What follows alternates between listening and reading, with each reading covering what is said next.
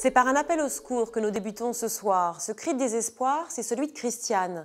Cette mère désemparée nous a contactés afin que nous tentions de résoudre une énigme, celle qui hante son fils Nicolas depuis près de 40 ans. Aujourd'hui, Christiane est prête à tout pour aider son fils. Mais découvrir la vérité est un chemin complexe. Dissimulation, mensonge, mystère, secret. Les certitudes sont toujours fragiles lorsqu'il s'agit de secrets de famille.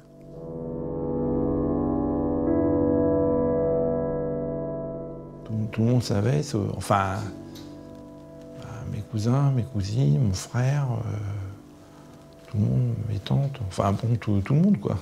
Tout le monde sauf un, moi. Apprendre ça à l'âge de 44 ans, ça fait comme l'effet d'une bombe, mais vraiment d'une bombe à fragmentation. À 44 ans, Nicolas Dacosta est en apparence un homme heureux. Il est marié, il est père de 2 enfants, son métier le passionne. Mais les apparences sont parfois trompeuses. Nicolas cache en réalité une douleur, une fêlure qu'il a de plus en plus de difficultés à contenir.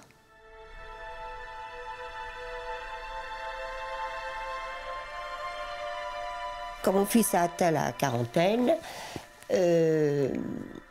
ayant une bonne profession stable, vivant en couple et ayant ses 2 enfants, on aurait pu penser que tout allait bien pour lui, que tout devrait aller bien pour lui. Eh bien non. Ce qui m'a beaucoup aidé, ce qui m'a beaucoup porté, c'est mes amis. Je sortais tous les soirs. Et le fait de sortir tous les soirs m'a empêché de prendre de l'Exomil ou du Tranxène. Et ça, pour moi, c'était important. Ça a été mon exutoire. Le fait de sortir, de me faire tourner la tête, chavirer, de voir d'autres gens et surtout de vivre dans la gaieté, dans la joie. Nicolas se posait beaucoup de questions sur lui, sur la vie, sur des questions qu'on se pose très souvent autour de la quarantaine.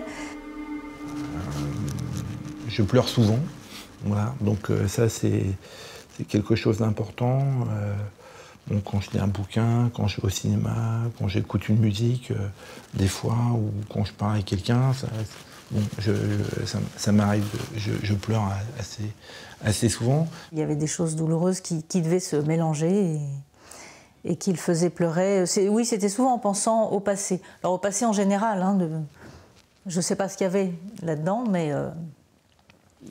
Mais la famille était d'accord avec moi sur tous les points. Que Nicolas vivait, je ne veux pas dire un enfer, mais Nicolas vivait dans un état de stress permanent. Je lui ai conseillé d'aller voir un psy pour être accompagné dans ces questions-là. Je pense qu'à ce moment-là de la quarantaine, où il construisait sa famille, il y a eu vraiment un besoin, je pense, de poser les choses et de trier tout ça.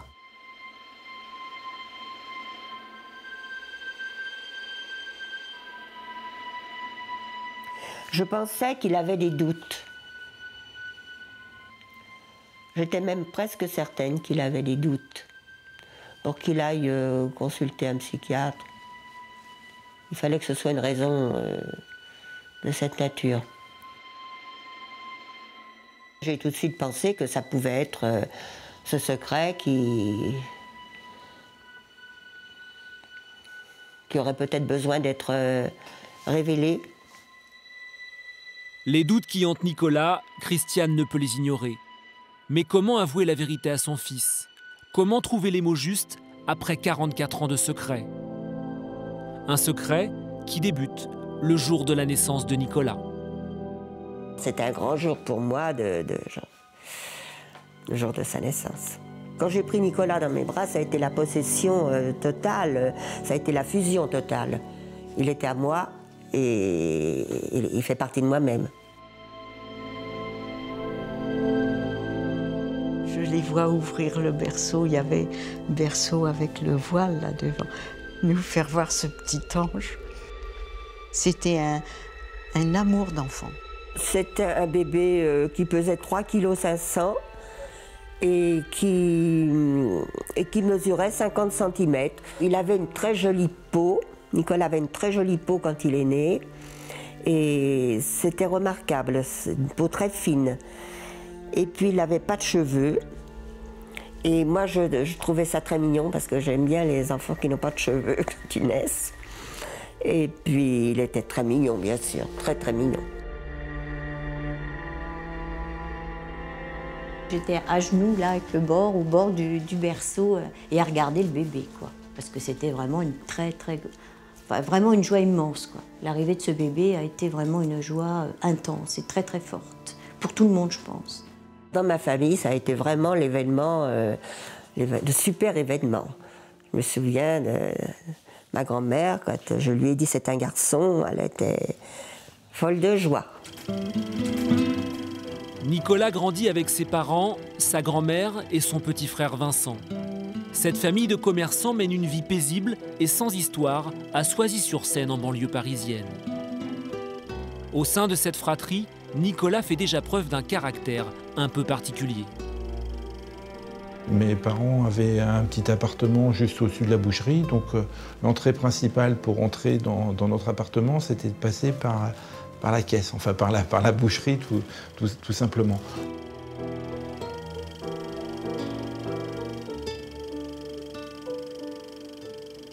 Pendant son enfance, Nicolas est un enfant très exigeant. Très, très exigeant. Toute la famille le constatait. Hein. Il n'y avait pas que moi. C'était un enfant très exigeant. Notre grand-mère le disait déjà, tout petit. Les gens dans Soisy l'appelaient Monsieur l'Indépendant, voilà. Parce qu'il ne voulait pas tenir la main, voilà. Mais c'est vraiment un trait de caractère. Vis-à-vis de mon frère, enfin, c'est difficile de dire ça, mais que j'étais peut-être un peu plus choyé ou chouchouté, ou voilà, où ils étaient un petit peu plus attentionnés, je dirais, envers moi. Je pense qu'elle a été plus permissive avec lui. Voilà. Tout en restant protectrice, bien sûr, c'est quelqu'un de protecteur. Mais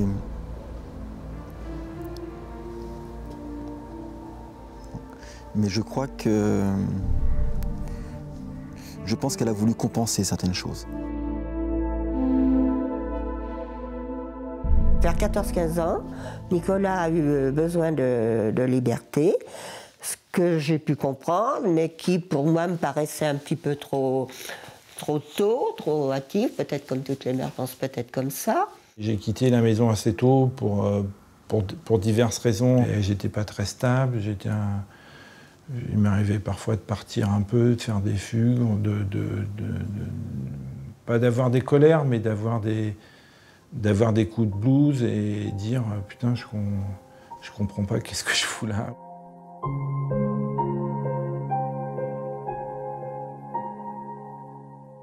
Quand je l'ai rencontré il avait 18 ans, il était déjà autonome, très autonome par rapport aux gens de son âge. Moi, je le trouvais très secret. Il parlait très peu de lui, de son passé, de lui-même. Mais bon, j'avais 19 ans, on s'amusait, on sortait avec nos amis, donc je ne trouvais pas ça plus étrange que ça. En 1997, Nicolas rencontre sa femme. 6 ans plus tard, il fonde une famille avec la naissance de Lisa, sa première fille. Nicolas a 41 ans. A priori, tout va pour le mieux, et pourtant, il n'en est rien.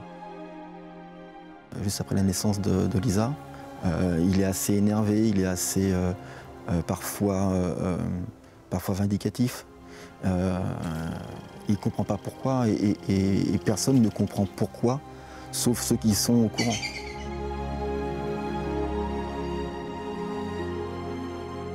J'y pensais beaucoup. Que devais-je faire? Que ne devais-je pas faire? J'y pensais beaucoup. Et quand finalement, j'ai eu une impulsion parce qu'il était près de moi, dans la pièce. On était seuls. On discutait, je dirais, tranquillement, comment s'était passée ma semaine, etc. Des choses assez banales. Le matin même, je ne pensais pas que je lui aurais dit le soir. J'y pensais, mais je ne savais pas, je n'avais pas décidé, si vous voulez. Il était assis à la table, je me suis assise en face de lui. Et puis je lui ai dit. Elle avait envie, je crois, à cet instant de se soulager de ce terrible secret. Là, j'ai eu mal. Et je me suis dit qu'il aurait peut-être mieux valu ne rien dire.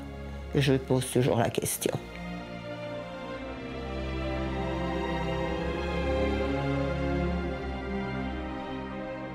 Ce jour-là, ma mère m'a dit que j'étais un enfant adopté, voilà, brutalement, directement.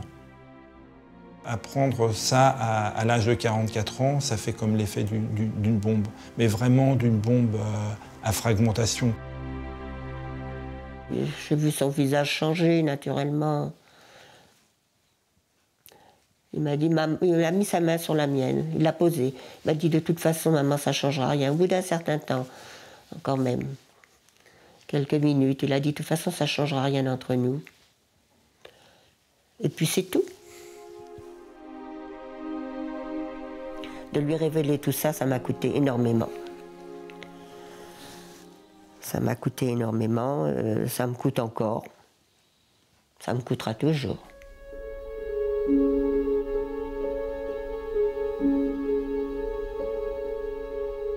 Docteur Ségère, vous êtes pédopsychiatre, psychanalyste. Merci de nous apporter votre éclairage sur ce dossier.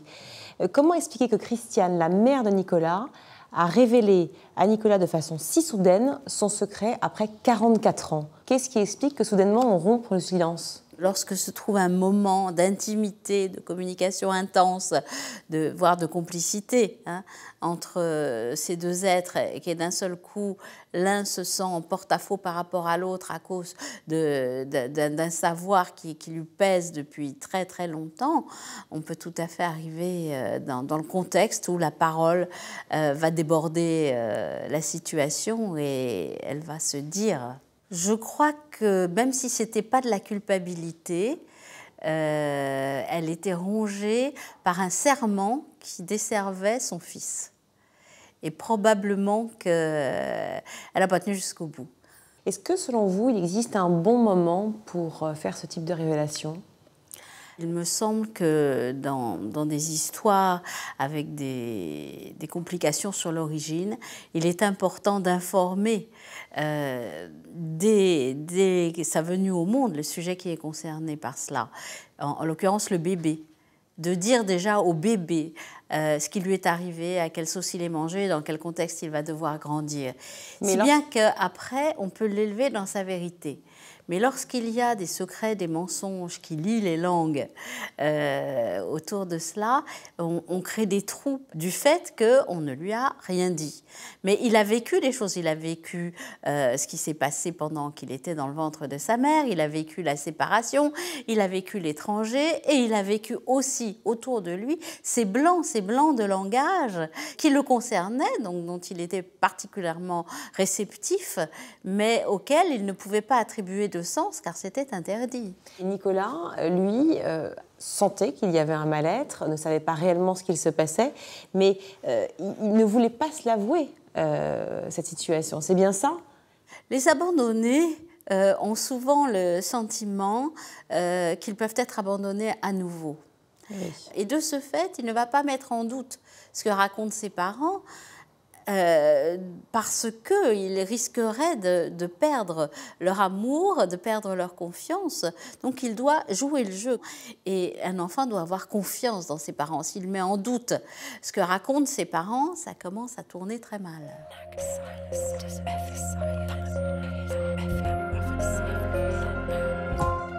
Ce dimanche après-midi, Nicolas apprend qu'il est adopté. À 44 ans, en une fraction de seconde, sa vie bascule. D'autant que les révélations de sa mère ne s'arrêtent pas là. Quand Nicolas m'a demandé qui savait la chose, je lui ai dit, dans la famille, tout le monde savait.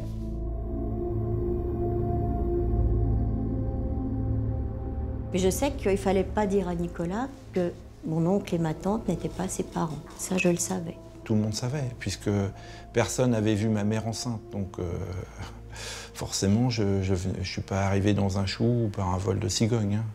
Donc forcément, je suis bien arrivé d'une certaine façon et que la vérité, elle ne pouvait pas la cacher à d'autres personnes. Je connais Nicolas depuis toujours. J'habitais 4 maisons à côté de chez ses parents. Et dans le village, pas mal de personnes savaient qu'il avait été adopté. Et j'étais surprise de savoir que lui, il ne le savait pas. Il ne comprend pas pourquoi tout le monde est au courant, sauf lui. Il ne comprend pas pourquoi on ne le lui a pas dit plus tôt. Mes cousins, mes cousines, mon frère, tout le monde, mes tantes, enfin bon, tout le monde quoi. Tout le monde sauf un, moi.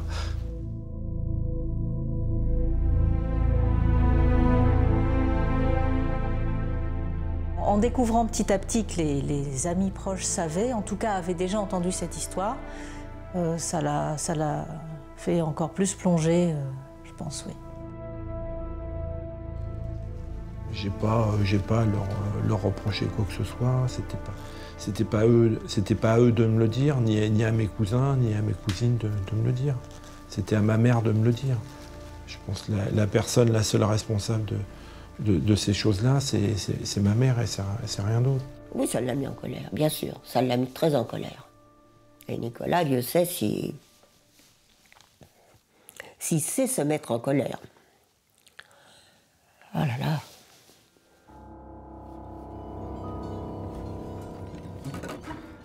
Confrontée à la colère de son fils, Christiane n'a plus le choix.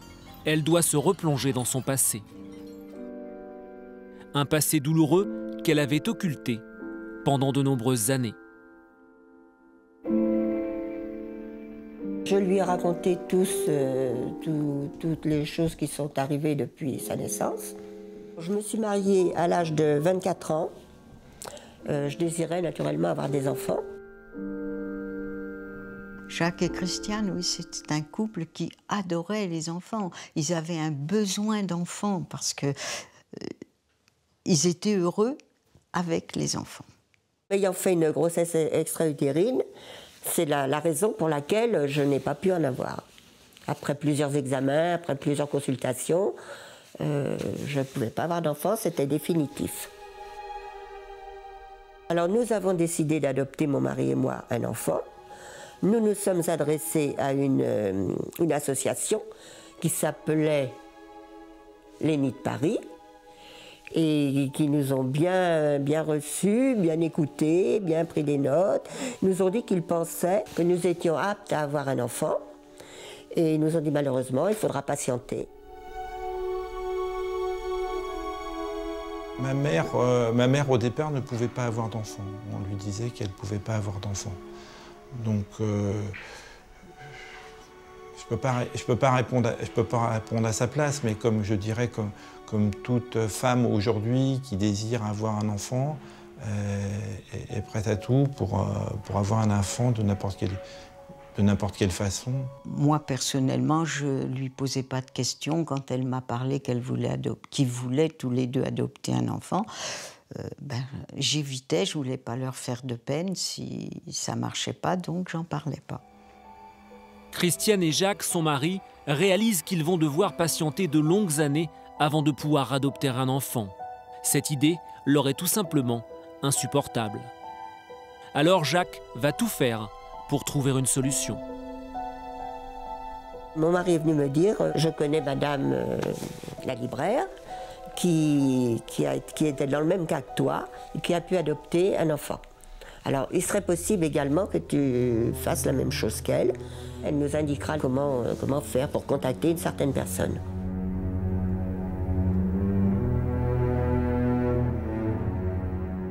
Elle a entendu parler qu'il y a certaines personnes qui adoptaient des enfants via cette clinique du Val-de-Marne.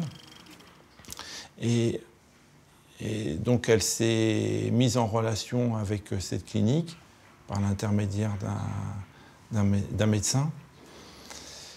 Et il lui a dit effectivement que c'était possible d'adopter un enfant dans certaines conditions. Alors, on nous a adressé à un médecin. Le médecin nous a dit qu'il y avait une possibilité d'avoir un enfant parce qu'une personne ne voulait pas garder l'enfant parce qu'elle faisait un riche mariage et que pour cette raison, elle ne pouvait pas garder l'enfant. Si nous étions d'accord, nous pourrions donc remplacer la mère, que je pourrais remplacer la mère. Nous n'avons pas réfléchi. Nous avons donné notre accord tout de suite, puisque c'était ça se présentait vraiment comme une chose inespérée. On m'a même dit à moi, vous faites comme si vous attendiez l'enfant. J'ai commencé par tout de suite acheter des petits vêtements, tout ce qu'il fallait pour un bébé. J'étais transformée. J'ai été transformée en future maman, carrément. Hein. Il y a eu un coup de fil, une voix m'a dit, parce que c'est moi qui ai reçu l'appel, qu'un petit garçon était né. Voilà. Et qu'on allait l'amener dans quelques heures.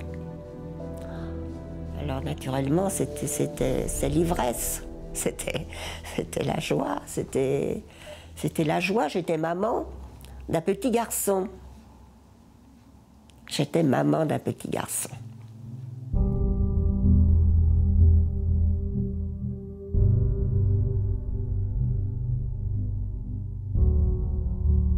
Je me souviens d'une dame qui est arrivée avec un bébé. On a mis ce bébé sur le matelas allongé sur la grande table de ferme qu'il y avait dans la pièce. On a habillé le bébé. C'est ma tante qui a habillé le bébé, aidée de la dame, ou les deux en même temps. Et après, on est allé déposer Nicolas dans ce berceau. Et là, évidemment, le grand bonheur. Et on a dû rester un bon moment le regarder. Le médecin nous a fait promettre de ne jamais révéler à l'enfant le secret de sa naissance, que c'est un secret. J'ai promis et j'ai tenu ma promesse. Ma mère avait tout organisé à mon arrivée pour dire effectivement que personne ne devait me révéler cette chose-là, quoi. Voilà.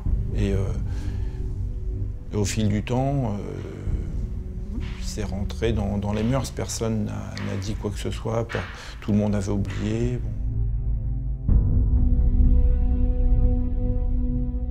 Quand ils ont adopté Nicolas, eh bien, ils nous ont dit c'est notre enfant, on n'a pas à dire qu'il était adopté. Voilà.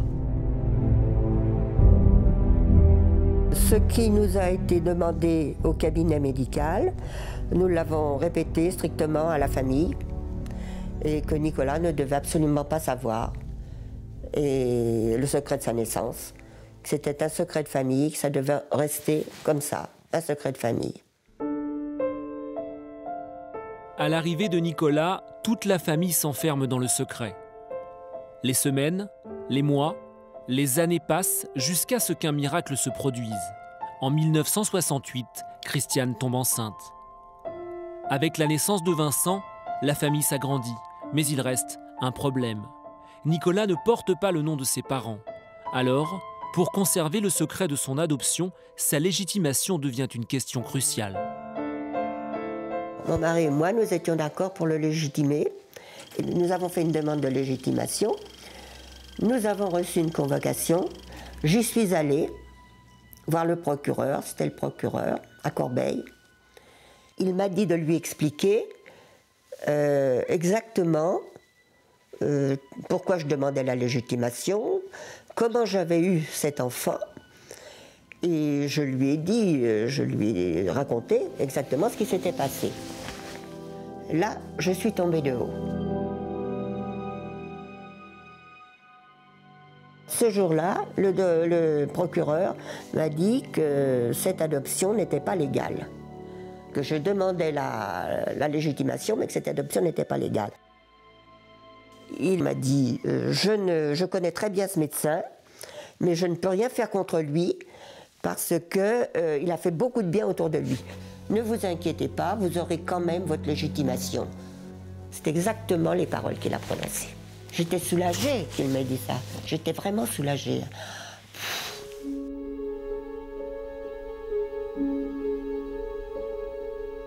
Nicolas connaît maintenant l'histoire de son adoption. Mais 2 questions l'obsèdent. La première, qui sont ses parents biologiques? Et la seconde, pourquoi l'ont-ils abandonné?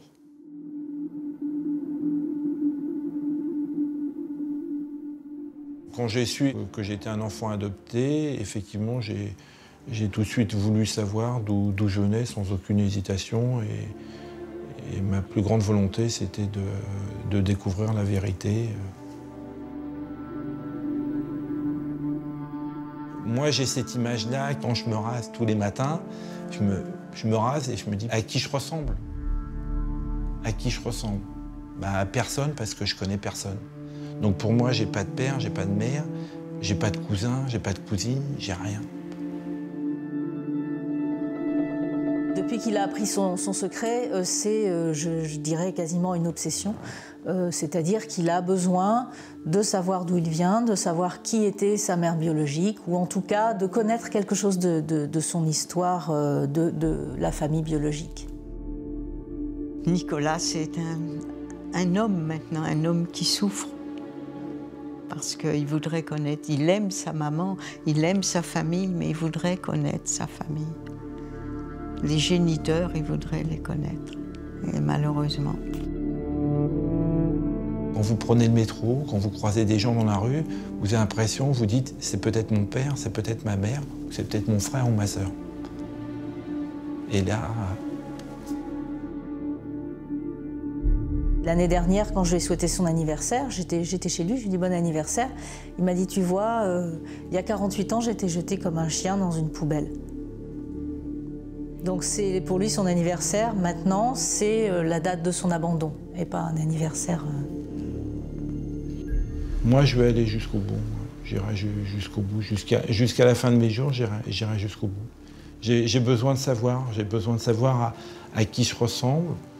Et je sais que s'il a la chance de retrouver, ne serait-ce qu'un détail, d'où il vient,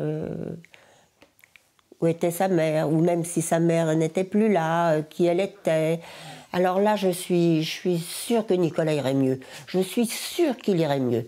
Son caractère resterait le même, parce que quand on a un caractère, on le garde toute sa vie, mais il serait différent. Commence alors pour Nicolas une quête difficile. Adopté illégalement, il ne dispose d'aucun acte de naissance. Sa mère biologique ne figure dans aucun registre de la maternité. Il ne lui reste alors qu'un seul espoir, retrouver le fameux médecin, celui-là même qu'il a confié à ses parents adoptifs il y a près de 44 ans. J'ai téléphoné à l'ordre des médecins et donc j'ai appris que le docteur qui exerçait dans cette clinique-là et qui a participé, je dirais, à cette opération était décédé. Il ne savait pas quoi faire. Il ne savait pas quoi faire. Et quand il m'a appelé, j'avais l'impression qu'il me tendait la perche pour que je puisse continuer les recherches. Tout à fait. Ce que j'ai fait d'ailleurs. En faisant mon enquête de voisinage, j'ai appris que la femme du docteur demeurait sur la côte. Cette enquête de voisinage va également révéler une autre information capitale. La femme du docteur exerçait la profession de sage-femme. C'est peut-être elle qui a accouché la mère biologique de Nicolas. Ma mère m'avait donné le nom de la sage-femme. Je fais une recherche nationale dans les pages blanches, dans le Bottin. Donc j'en appelle quelques-unes et j'essaye de regarder si c'est cohérent par rapport à la date. Et je tombe donc sur cette dame-là, même prénom, même nom, je l'appelle immédiatement. Là, j'essaye de lui expliquer en 3-4 mots que je suis à la recherche d'une certaine personne. Est-ce que vous êtes bien la personne? Et cette personne me dit oui. Et elle me dit, j'ai des choses à vous dire, vous pouvez venir me voir. Il m'a dit, prépare-toi, on va aller sur la côte. Je sais qu'elle est dans une maison de retraite. Pendant le voyage, on se pose un certain nombre de questions, on essaye de se détendre. On est assez stressé, bon, on ne sait pas trop comment aborder les choses. Il y a beaucoup d'enthousiasme et puis en même temps, bon, faut savoir se tempérer. C'est pas facile à gérer tout ça, essayer de canaliser toutes ces choses-là. Nous avions hâte d'être arrivés et de savoir comment ça allait se passer, mais avec un peu d'inquiétude quand même, l'un et l'autre, avec un peu d'inquiétude. Donc on arrive dans cette maison de retraite, on va dire assez banale, classique. Cette femme était dans un réfectoire avec un bonnet qui entourait ses cheveux, avec une multitude d'autres personnes du même âge, et on l'a fait monter dans sa chambre, on nous a conduits dans sa chambre. Nicolas était resté dans l'entrebâillement de la porte. Moi, je n'osais même pas le regarder. Voilà. Ah oui, c'est trop dur.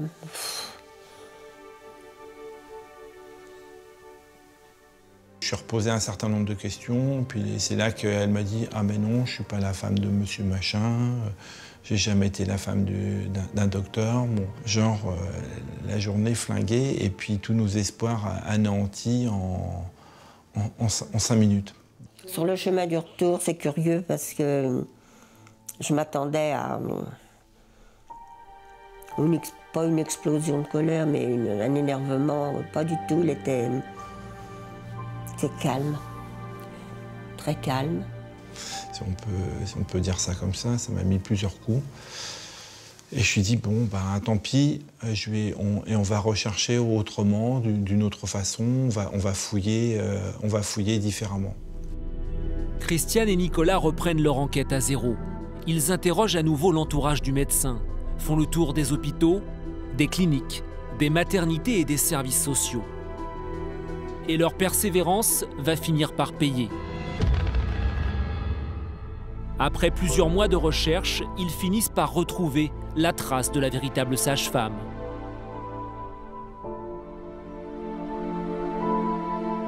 J'ai retrouvé l'adresse de la sage-femme. Je suis allée à l'adresse indiquée. La maison était fermée. Je me suis adressée à la maison voisine. Et là, nous avons appris que la sage-femme était décédée depuis un mois, 15 jours, un mois. La destinée a voulu que les choses se passent comme ça. J'en veux à ma mère parce que je pense qu'elle me l'a dit un peu tard par rapport à nos recherches engagées, parce que beaucoup de gens sont morts aujourd'hui, voilà. Et que déjà c'est de plus en plus difficile de retrouver des personnes vivantes qui ont participé à cette adoption. Alors Nicolas m'a un peu laissé le champ libre pour rechercher. Je me suis creusé la tête, comment je pourrais faire. J'ai cherché la rue qui correspondait au cabinet du docteur, et s'il y avait des gens qui demeuraient, j'ai trouvé 2 ou 3 personnes. Alors, le voisin m'a dit, la deuxième fille du docteur, nous l'avons vue enceinte, et elle est partie, nous n'avons pas su si elle avait accouché, si elle avait eu un enfant. Alors moi je me suis dit, ça y est, j'ai tapé dans le mille. Alors à ce moment-là, une amie, Florence, m'a proposé son aide, que j'ai trouvée vraiment inespérée, parce qu'elle était vraiment elle me paraissait très compétente pour ça.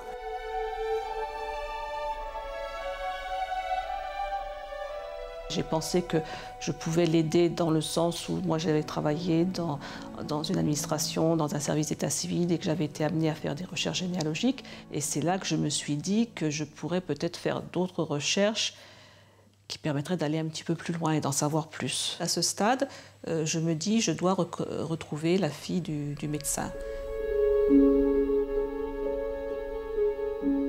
Après plusieurs semaines d'enquête, Florence parvient à localiser la fille du médecin. Nicolas touche enfin au but. Cette femme est forcément sa mère, il en est persuadé. Nicolas décroche son téléphone, la conversation s'engage.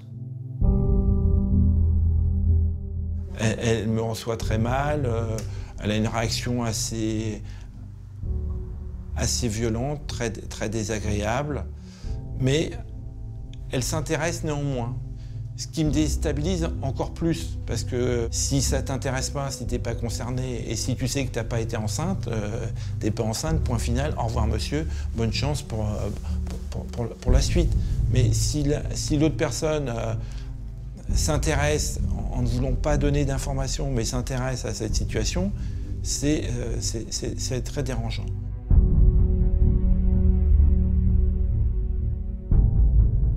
Ça aurait pu être ma mère en l'occurrence, puisque j'ai appris que cette personne-là était enceinte quasiment à cette même période. C'était très troublant.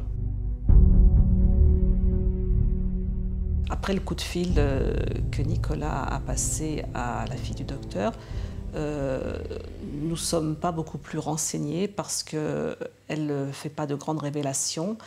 Elle reste très frileuse pour parler. J'ai été, je dirais, complètement perturbé par rapport à ça parce que j'avais l'impression d'avoir mis le doigt sur quelque chose que je ne pouvais plus maîtriser en l'occurrence. On trouve son attitude un petit peu curieuse. Le fait qu'elle se souvenait de cette histoire très longtemps après me fait penser qu'elle sait qui est la mère et qu'elle ne veut pas nous le dire, que c'est un secret.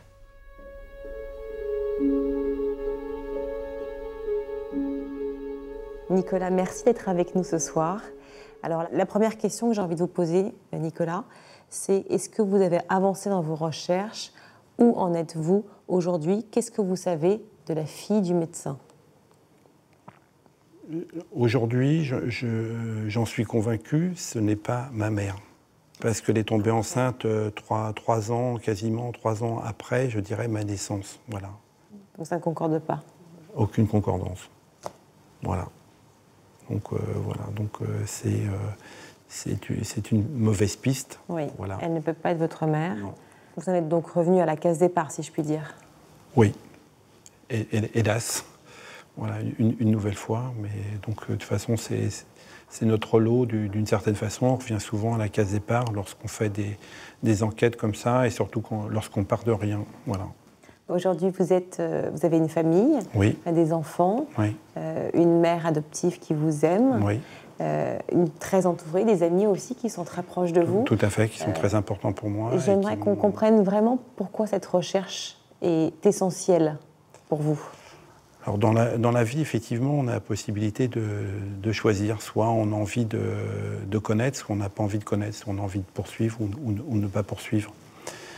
Moi, je fais partie plutôt des gens qui ont envie de connaître et qui ont envie de poursuivre un petit peu cette histoire pour avoir raconté quelque chose à mes enfants. Simplement, pour moi, c'est quelque chose d'important pour savoir à qui j'appartiens, à qui je ressemble.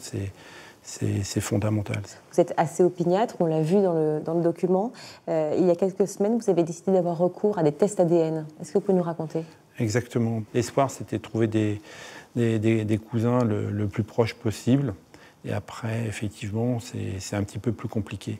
Et malheureusement, c'est ce qui a été le cas. On a trouvé effectivement des personnes au 4e, 5e rang, donc ce qui complique encore plus, je dirais, notre tâche de recherche. Et donc, on va essayer de les contacter pour savoir s'ils n'ont pas connu, je dirais, peut-être des grands-parents ou des arrière-grands-parents qui seraient issus de Paris ou de la région parisienne.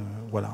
C'est une chance sur je ne sais pas combien, mais donc il faut effectivement aller jusqu'au bout de cette enquête, parce que pour moi, c'est quelque chose de très important. Nicolas, on ne sait pas si votre mère vous a abandonné délibérément, si vous avez été volé à la naissance. Malheureusement, aujourd'hui, j'en sais rien. Je suis, je dirais, avec toutes mes interrogations, donc je peux me pose, je dirais, un certain nombre de questions. Je suis rempli effectivement d'incertitudes. Soit je suis dans l'abandon, je dirais, total. C'est une probabilité. Oui. Et puis de l'autre côté, je peux être aussi dans un autre cas en disant qu'on a volé cet enfant à cette femme-là. c'est une autre aussi probabilité. J'en sais rien du tout, donc aujourd'hui, j'ai pas, je dirais, j'ai pas de haine contre ces gens-là. Je veux simplement, je dirais, retrouver mes parents pour savoir à qui je ressemble. Pour moi, c'est fondamental. Et peut-être à ce moment-là, savoir si j'ai peut-être des frères et des sœurs qui peut-être de l'autre côté aussi du tunnel aussi me recherchent. C'est pour ça que je lance un peu, je dirais, cet appel à témoins aujourd'hui, pour moi, parce que c'est fondamental. Donc je suis né à Villeneuve-Saint-Georges un 6 juillet 62. Et je voulais savoir quelles étaient les personnes qui seraient susceptibles d'avoir connu peut-être mes parents ou rencontré peut-être des personnes qui auraient peut-être été le témoin de certaines choses. Eh bien, donc si vous avez des informations sur la mère biologique de Nicolas ou sur le père biologique de Nicolas, et vous pouvez nous contacter, nous envoyer des informations sur le site de notre émission ou sur l'adresse qui figure à la fin de notre générique. Et nous transmettrons bien sûr toutes ces informations à vous, Nicolas. Merci beaucoup, Nicolas. C'est moi qui vous remercie.